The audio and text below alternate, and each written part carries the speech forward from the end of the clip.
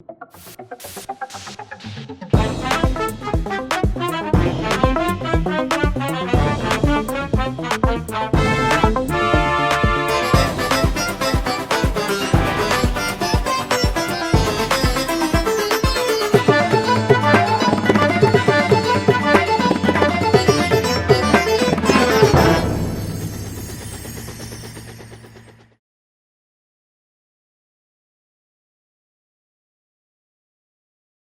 உயிரோடை Tamil ILC தமிழோடு இணைந்திருக்கிறீர்கள். உலக நகர்வுகள் நிகழ்ச்சியில் இணைந்திருக்கிறீர்கள். பிரித்தானியாவிலிருந்து போரியல் ஆய்வாளர் அரசு அவர்கள் இணைந்து உலக நகர்வுகளை அவதானித்து உயிரோடை தமிழ் உறவுகளுக்கு எடுத்து வருவதற்காக நிகழ்ச்சியில் இணைந்திருக்கின்ற வணக்கம் அரசு அவர்களே. அனைத்து உயிரோடை தமிழ் உறவுகளுக்கு என்பதிலிருந்து வணக்கம். இன்றைய உலக நகர்வுகள் நிகழ்ச்சியில் நாங்கள் இந்தியா தொடர்பாக பார்ப்போம். நரேந்திர மோடி அவர்கள் இலங்கைக்கு 3 நாள் பயணத்தை மேற்கொண்டிருந்தார். வெற்றிகரமாக ஒப்பந்தங்கள் கைச்சாத்திடப்பட்டதாக கூட செய்திகள் வந்திருக்கின்றது. வெளியிலிருந்து பார்க்கும் பொழுது சிறப்பான அவருடைய பயணம் அமைந்திருப்பது போல் தெரிகின்றது. உள்ளே என்ன முருகல் நிலை இருந்ததோ என்னவோ எனக்கு தெரியவில்லை. நீங்கள் நிச்சயமாக பூந்து ஆராய்ந்திருப்பீர்கள் எங்க என்ன நடந்தது என்றது. இந்த சந்திப்பு தொடர்பாக நீங்கள் என்ன அவதானிப்பீர்கள், என்ன அறிந்து கொண்டீர்கள்? இந்திய பிரதமர் சென்றிருந்தார். சென்று உண்மையில் இலங்கையை ஏதோ ஒரு வகையில் இந்தியாவில் உள்வாங்குவதற்கான ஒரு அவருடைய கடைசி முயற்சியாகத்தான் அதனை பார்க்கலாம். அனுராதபுரம் சென்று புத்த துறவிகளின் காலில் கூட வீழ்ந்திருந்தார். அதே போல அவரை வரவேற்க வைத்த பலகைகளில் தமிழை கூட அகற்றியிருந்தார்கள். சிங்களத்திலும் ஆங்கிலத்திலும் தான் எழுந்திருந்தார்கள். தமிழ் பகுதிகளுக்கு அவர் போகவும் விரும்பவில்லை. தமிழ் தலைவர்களை வளமை போல படம் எடுப்பதற்காக கூப்பிட்டிருந்தார்கள். அவ்வளவுடன் முடிந்து விட்டது. இதில் என்ன பார்க்கலாம் என்று சொன்னால், இந்தியா இலங்கையை ஏதோ ஒரு வகையில் இலங்கையை தனது கைக்குள் வைத்திருக்க வேண்டும் என்பதற்காக பல விட்டுக் கொடுப்புகளை செய்வதாகத்தான் பார்க்கப்படுகிறது. இலங்கையுடன் 6 உடன்பாடுகள் மேற்கொள்ளப்பட்டதாக கூறப்படுகிறது. 6 உடன்பாடுகளில் பாதுகாப்பு உடன்பாடு மிகப்பெரியது என்று சொல்லி இந்திய ஊடகங்கள் அதை பெருசாக சொல்லுகிறார்கள். மிகப்பெரிய ஒரு பாதுகாப்பு உடன்பாட்டை மேற்கொண்டு விட்டார்கள் என்று. ஆனால் கொழும்பிலிருந்து வருகின்ற ஆங்கில ஊடகங்கள் என்ற தகவல்கள் அடிப்படையில் இது ஒரு interlink between Sri Lanka and India என்று சொல்கிறார்கள். இது ஒரு புதுவிதமானதுதான். என்னென்றால் இரு நாடுகளும் தங்களின் பாதுகாப்பை உறுதிப்படுத்துவதற்கு ஒன்றாக செயற்படுவது. இன்டர்லிங்க் என்று சொன்னால் இணைப்பை ஏற்படுத்துவது என்றுதான் போட்டிருக்கிறார்கள். இதை சொல்கிறார் என்றால் இலங்கையின் பாதுகாப்பு அமைச்சர் அதாவது சமந்த துயகந்தா சொல்கிறார் என்னன்னு சொன்னால், இது 2023ஆம் ஆண்டே இது தொடர்பாக பேசியது. அதற்கு பின்னர் கடந்த வருடம் அனுர்குமார திசாநாயக்கா இந்தியாவுக்கு சென்ற போது இது தொடர்பாக பேசியது. இப்போது அதனை கொண்டு வந்திருக்கின்றோம். ஆனால் 5 வருடங்களுக்குத்தான் இது நடைமுறையில் இருக்கும். அந்த 5 வருடங்களுக்கும் யாராவது ஒரு தரப்பு விரும்பினால் 3 மாத நோட்டீஸ் கொடுத்து வெளியேறலாம். இல்லை என்று சொன்னால் இந்த வாடகை வீடு மாதிரி ரோலிங் கான்ட்ராக்ட், அது இல்லை என்று சொன்னால் அடுத்த 3 வருடத்துக்கு அது ஆட்டோமேட்டிக்காக ரினியூ ஆகும் என்று சொல்லியிருக்கிறார். அப்ப இந்த பாதுகாப்பு உடன்பாடும் ஒரு வீக்கஸ்டான பாயிண்டாகத்தான் இருக்கின்றது. இலங்கை இதனை விரும்பவில்லை என்றுதான் கூறப்படுகிறது. நரேந்திர மோடியின் பயணத்துக்கு எதிராக நீங்க பார்த்தீர்கள் என்று சொன்னால், அனைத்து பல்கலைக்கழக மாணவர் ஒன்றியமாக இருக்கலாம், சோசியலிச கட்சியாக இருக்கலாம், ஏவிபி இன்னொரு அமைப்பாக இருக்கலாம், எல்லாம் எதிர்த்து போராட வந்திருந்தாலும் அதற்கான தடையை இந்த அரசு விதித்திருந்தது.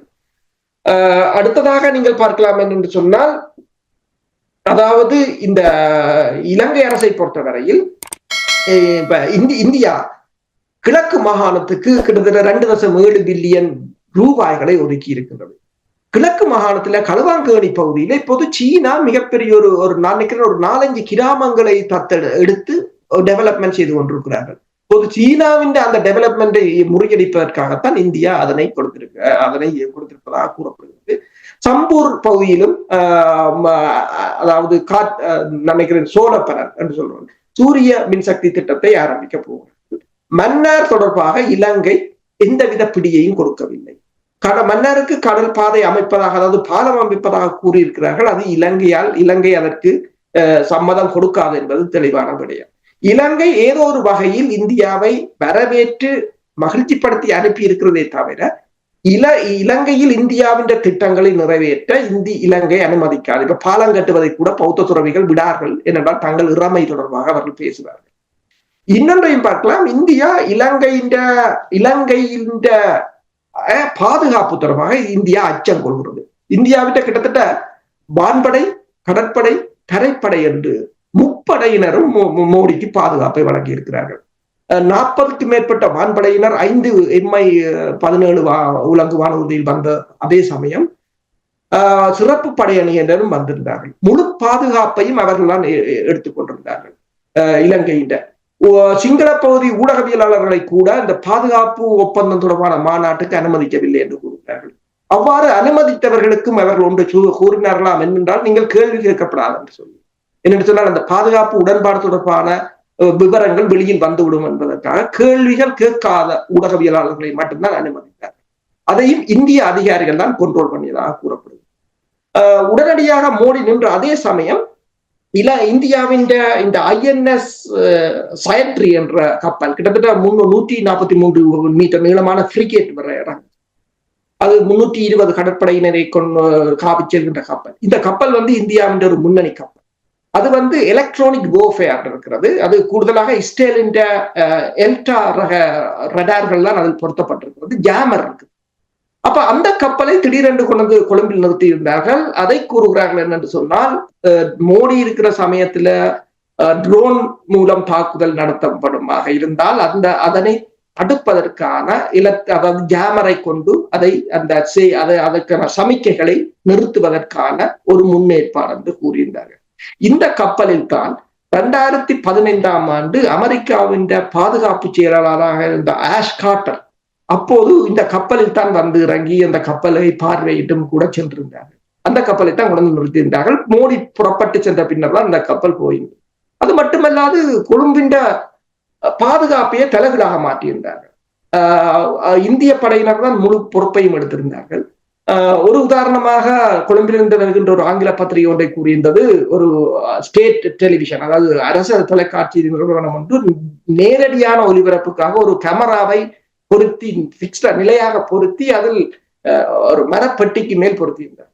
உடனடியாக வந்தவர்கள் கூறினார்களாம், மரப்பெட்டியை தூக்குங்கள் பார்க்க வேண்டும் என்று. அந்த மரப்பெட்டி தூக்க முடியாது. உடனடியாக ரில்லரை கொண்டு வந்து ரோட்டை போட்டார்களாம். ஒரு சிறிய மைக்ரோ கேமராவை கொண்டு வந்து உள்ளுக்கு விட்டார்களாம். உள்ளுக்கெல்லாம் அலசி ஆராய்ந்து விட்டு தான் சென்றிருக்கிறார்கள் என்றால் நீங்கள் பார்க்கலாம். இப்ப இந்திய பிரதமர் பல நாடுகளுக்கு போகிறார். அமெரிக்காவுக்கு போகிறார், ரஷ்யாவுக்கு போகிறார், அங்கால ஒவ்வொரு நாடுகளுக்கு எல்லாம் போகிறார், மலேசியாவுக்கு போகிறார். ஆனால் அங்கெல்லாம் அவ்வாறு இல்லை. இலங்கையில் அவ்வாறு இருக்கிறது என்றால் இந்தியா இலங்கையில் ஏதோ ஒன்றை கண்டு அச்சப்படுகிறது என்ற ஒரு பார்வைதான் இருக்கிறது. அதனை நான் கூறவில்லை, கொழும்பு ஊடகங்களும் அவ்வாறு தான் கூறுகின்றன. நேவல் டிப்ளமசி என்றுதான் அதை இப்ப தலையங்கமே போட்டிருக்கிறார்கள். அந்த கப்பல் வந்தது அனுராதபுரம் சென்று பௌத்த வழிபாட்டு தலத்துக்கு அங்கே சென்று முழங்காலில் நின்று ஆசி பெற்று அதன் பின்னர் அனுராதபுரத்தில் ஓமந்தை ரயில் பாதை திறந்து வைத்த விழாவும் கூட தொடர்பான செய்திகளையும் கூட பார்க்கக்கூடிய இருந்தது. அந்த விடயங்கள் தொடர்பாக என்ன அறிந்தீர்கள்? உண்மை, அனுராதபுரத்துக்கு சென்றிருந்தார். அங்கு பௌத்த துறவிகள் காலில் வீழ்ந்திருந்தார். அது மட்டுமல்லாது அதாவது பௌத்த மடாலயங்களுக்கு கிட்டத்தட்ட 5000 ஆலயங்களுக்கான சோழப்பனரை பூட்டுவதாக கூறியிருந்தார். அதனால் என்ன வருமானம் வரப்போகிறது என்று தெரியாது. அதான் ஒரு தொழிற்சாலையை நீங்கள் ஆரம்பித்தால் அதனால் ஏதாவது ஒரு முன்னேற்றம் வரும். ஒரு 4 தொழில்நுட்பங்களை நீங்கள் பண்ணினால் அதனால் நல்ல சிங்களவர்களை மகிழ்ச்சிப்படுத்துவது தானே. உண்மைதான், சிங்களவர்களை மகிழ்ச்சிப்படுத்துவது அத்தனையும் அவர் செய்திருக்கின்றார். என்னும் போது தமிழர்களை இந்த முறை பினிஷ்ட், தமிழர்களை முற்றாக புறக்கணித்து விட்டார் என்றால் தமிழர்களை புறக்கணித்தால் தான் சிங்களவர்களை வெல்ல முடியும் என்ற ஒரு திட்டத்துடன் தான் அவர் வந்திருக்கின்றார். அதே சமயம் குஜராத்தில் இருக்கின்ற பௌத்த தொல்பொருட்களை தான் வழங்குவதாகவும் இலங்கையின் பௌத்தத்தை உலகம் முழுவதும் அவர் கொண்டு செல்ல போகிறாராகவும் எவ்வளவு தூரம் மகிழ்ச்சிப்படுத்தலுமோ மகிழ்ச்சிப்படுத்தியிருக்கிறார். ஆனால் பிரச்சனை என்னவென்று சொன்னால் இலங்கைக்கு இது ஒரு 3 நாள் கூத்துத்தான். இலங்கைக்கு இப்ப பிரச்சனை என்னவென்று சொன்னால் அமெரிக்கான்ற வரி. அவங்க கொழும்பு பேப்பர் எழுதுறாங்க, நீங்கள் IMF-ஓட கதையுங்க. IMF தனியா லெண்டர்ஸ் மட்டும் இல்லை, அவங்க பொருளாதார அபிவிருத்தி செய்வாங்க, ஸ்டெபிலிட்டி, எக்கனாமிக்கல் ஸ்டெபிலிட்டி, மற்றது எவ்வாறு இந்த பொருளாதார நெருக்கடியை தீர்க்கணும் என்ற ஆலோசனை எல்லாத்துக்கும் அந்த அமைப்பு இருக்கிறது. அந்த அமைப்பு உங்களை அமெரிக்க ட்ரம்ப் இந்த இதுல இருந்து ஏதாவது ஒரு ரிலீஃபை கொண்டு வரும் என்றால் அவங்களுக்கு மோடியின் இப்ப பிரச்சனை இல்லை. ஒரு இரு கோடுகள் தத்துவம் மாதிரி மோடி வந்து போயிருக்கு, அது வேறு கிடையாது. அது இப்ப அவங்களுக்கு இருக்கிறது அதுதான் ஒரு மிகப்பெரிய ஒரு பிரச்சனை. அதே சமயம் இன்னொன்றை பாருங்கள் நீங்கள், சீனாவின் தூதுக்குழு அடுத்த குழு $4 பில்லியன் நிரப்புகிறார்கள் வாரக்கிழமை. என்று சொன்னால் அம்பாந்தோட்டையில் ரிஃபைனரி போட போகிறார்கள், எண்ணெய் சுத்திகரிப்பு. இதுதான் மிகப்பெரிய ஒரு முதலீடாக இருக்க போகிறது இலங்கையில். அது தொடர்பாக அவங்க பிஸியாக இருக்கிறார்கள். இதே சமயம் நீங்கள் பார்க்கலாம், இலங்கை மீனவர்கள் தொடர்பான பிரச்சனை, அது தொடர்பாக எந்த விதமான நடவடிக்கையும் எடுக்கப்படவில்லை.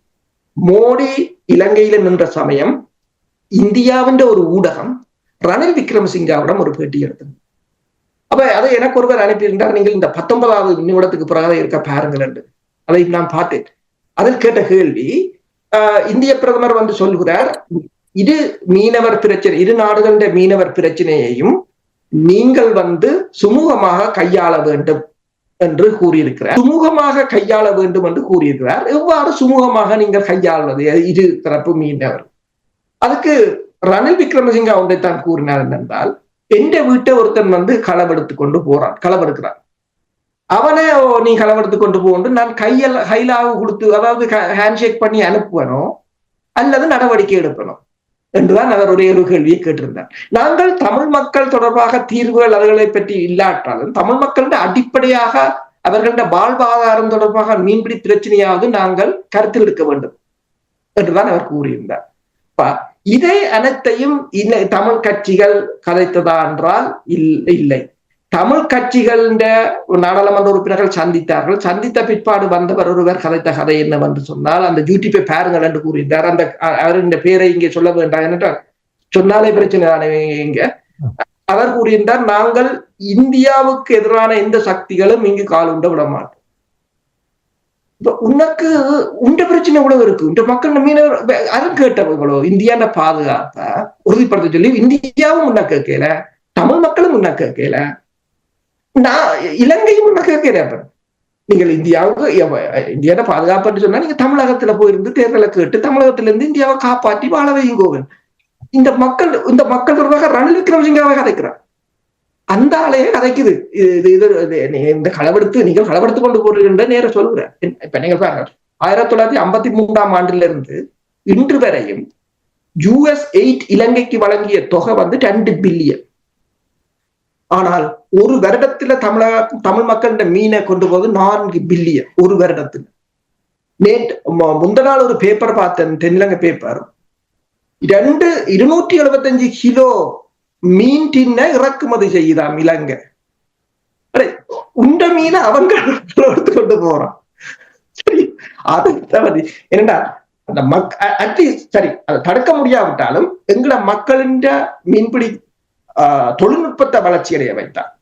அதை வளர்ச்சியடைய வைத்தாலே அவர்கள் ஆழ்கடல் செல்வார்கள்.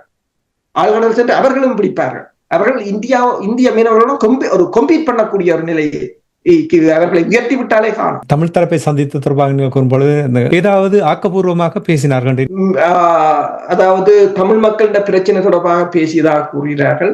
ஆனால் அதற்கு மோடி என்ன சொன்னார் என்ற எதுவும் இல்லை. அவர் ஒரே இலங்கைக்கு எல்லோரும் சந்தோஷமாக வாழ வேண்டும் என்றுதான் சொல்லியிருக்கிறார்கள். இதை ஒன்றை நான் கேட்கிறேன், இலங்கை அரசு இந்தியாவுக்கு கொடுக்கிற வாக்குறுதிகளில் 1-2 நிறைவேற்று. மீனவர்களை விடுதலை செய்கிறது, படகுகளை விடுதலை செய்கிறது, சில விடயங்களை செய்கிறது, இந்தியாவுக்கான உடன்பாடுகளை கையெழுத்திடுகிறது. இந்தியாவும் இலங்கைக்கு கொடுக்கிற வாக்குறுதிகளை நிறைவேற்றுகிறது, ஏதாவது ஒன்றை செய்கிறது. அதாவது கடன் உதவிகளை செய்கிறது, கடன் மறுசீரமைப்பு செய்கிறது, அவசரத்துக்கு உதவிகளை செய்கின்றது, வெவ்வேறு டிப்ளமேட்டிக் இஷ்யூகளுக்கு உதவிகளை செய்கிறது. ஓகே, தமிழர்களுக்கு வழங்கிய வாக்குறுதிகளை யாராவது நிறைவேற்றி இருக்கிறாங்களோ? இல்ல. இந்தியா சொன்னதும் நிறைவேற்றல, இலங்கை யாரும் பொருட்படுத்தவே இல்லை. அதைத்தான் சந்திரசேகர் சொல்லி இருந்தார், நீங்கள் வேணுமெண்டா போய் கதைச்சு உங்களுக்கு சுய திருப்தியை அடைந்து கொள்ளுங்கள், எதுக்கும் நடக்காது, எதுக்கும் நடக்காது என்று அவர் சொல்லு. அப்ப அவர் சொல்றதுக்குரிய துணிச்சல் அவர்கிட்ட இருக்கிறது என்று சொல்லும் போது நாங்கள் எவ்வளவு பலவீனமாக இருக்கிறோம் என்பது இதன் மூலம் தெரிகிறது. நீங்கள் போட்டு வந்து இந்தியாவின் பாதுகாப்புக்கும் இந்தியாவுக்கு எதிராக யாரும் காலுண்ட விட மாட்டா உண்ட பிரச்சனை என்னன்னு ஜனம் கேட்குது. இப்ப ஜனத்துக்கு அது பிரச்சனை இல்லை. இப்ப சீனாக்காரன் போன வருஷம் போய் அரிசி கொடுத்து, வள்ளம் கொடுத்து, மா கொடுத்து எல்லாம் ஜனம் வாங்குது. அந்த ஜப்னா லைப்ரரியை கூட டிஜிட்டலைஸ் பண்ணி தர சொல்லி மணிமணி கூட கேட்டிருந்தார். மக்கள் அப்படி இல்லை. நீங்க மக்களின் மனநிலையை அறிந்து அதுக்காக இந்தியாவுக்கு எதிராக போட முடியல. நீங்க உங்களோட மக்களின் பிரச்சனையை கலைக்க. அப்ப அது இந்தியாவுக்கு தெரியும். உங்களோட மக்களின் பிரச்சனையில நீங்கள் இல்லையண்டைக்க உங்களை இந்தியாவும் மதிக்க போறோம். அதான் அந்த பிரச்சனை. அமைச்சர் துணிச்சலாக கூறினார் என்று நீங்கள் கூறினீர்கள், பலவீனம் நிலைமையை வெளிப்படுத்தினார் என்று நீங்கள் கூறினீர்கள். என்னை பொறுத்த மட்டில் நாங்கள் கூறிய விடயத்தை அவர் உறுதிப்படுத்தி இருக்கிறார் என்பதை நான் கூறலாம். இவ்வளவு காலமாக நீங்கள், நான், மாஸ்டர் மற்றும் ராமேந்திரன் போன்றவர்கள் நாங்கள் உரையாடும் பொழுது பலவீனமான நிலை, ஒரு சரியான திட்டம் இல்லாத, சரியான வழிகாட்டல் இல்லாத அந்த நிலையை நாங்கள் திருப்பி திருப்பி கூறிக்கொண்டு வந்திருக்கிறோம். அவர்கள் இப்பொழுது அதை உறுதிப்படுத்தி காட்டியிருக்கிறார் என்பதை கூறிக்கொண்டு அரசவர்களே, இதைத்தான் நான் கூறுகிறேன். என்னன்னு சொன்னால், இப்ப இலங்கையை பொறுத்தவரையில் இது ஒரு 3 நாள் கூத்தாக இருந்துவிட்டு இலங்கை அடுத்த பிரச்சனையை பார்க்க போகிறது. இந்தியா ஏன் இலங்கையை தேடி தேடி ஓடுகிறது என்று சொன்னால், இந்தியா ஏனைய நாடுகளுடன் வச்சிருக்கிற அந்த ராஜதந்திர உறவு, அதே உறவை நீங்களும் வளர்த்துக் கொண்டிருந்தால் இன்றைக்கு எங்களையும் இந்தியா மதித்திருக்கிறதா? இந்த நிலைமைகளை புரிந்து செயல்பட வேண்டும், அல்லது உங்களால் முடியவில்லை என்றால் மாற்றத்தை ஏற்படுத்துங்கள். எங்களுடைய உறவுகளுக்கு இந்த விடயங்களை நாங்கள் எடுத்துக் கூற வேண்டியது எங்களுடைய கடமை. இவற்றை கூறுகின்றோம், மாற்றத்தை அவர்களால் ஏற்படுத்த வேண்டும் என்று கேட்டுக்கொண்டு உலக நகர்வல் நிகழ்ச்சியை நாங்கள் இத்தோடு நிறைவு கொண்டு வந்து மீண்டும் இன்னொரு நிகழ்ச்சியில் இணைந்திருப்போம். அதுவரைக்கும் நன்றி, வணக்கம் அரசவர்களே. நன்றி. எமது பார்வையாளர்களுக்கு வணக்கம். மக்களின் குரலாய் ஓங்கி ஒலிக்கும் இலக்கு மின்னிதழ் மற்றும் உயிரோடை தமிழ் வானொலி ஆகிய இவ்விரு ஊடகங்களும் உங்களைப் போன்ற எமது நேயர்கள், நண்பர்களின் ஆதரவிலேயே இயங்கி வருகின்றன. மிக குறைந்த வளங்களுடன் பல இடர்கள் மற்றும் தடைகளை தாண்டி பயணிக்கும் எமது ஊடகங்களின் பணிகள் மேலும் வளர உங்களால் முடிந்த நிதியுதவியை வழங்கி இன்னும் காத்திரமான செயற்பாடுகளை முன்னெடுக்க உதவுமாறு மிகவும் பணிவன்புடன் வேண்டி நிற்கின்றோம். உங்கள் பங்களிப்பு உங்களின் உரிமை குரலாய் ஓங்கி ஒலிக்கும். நன்றி.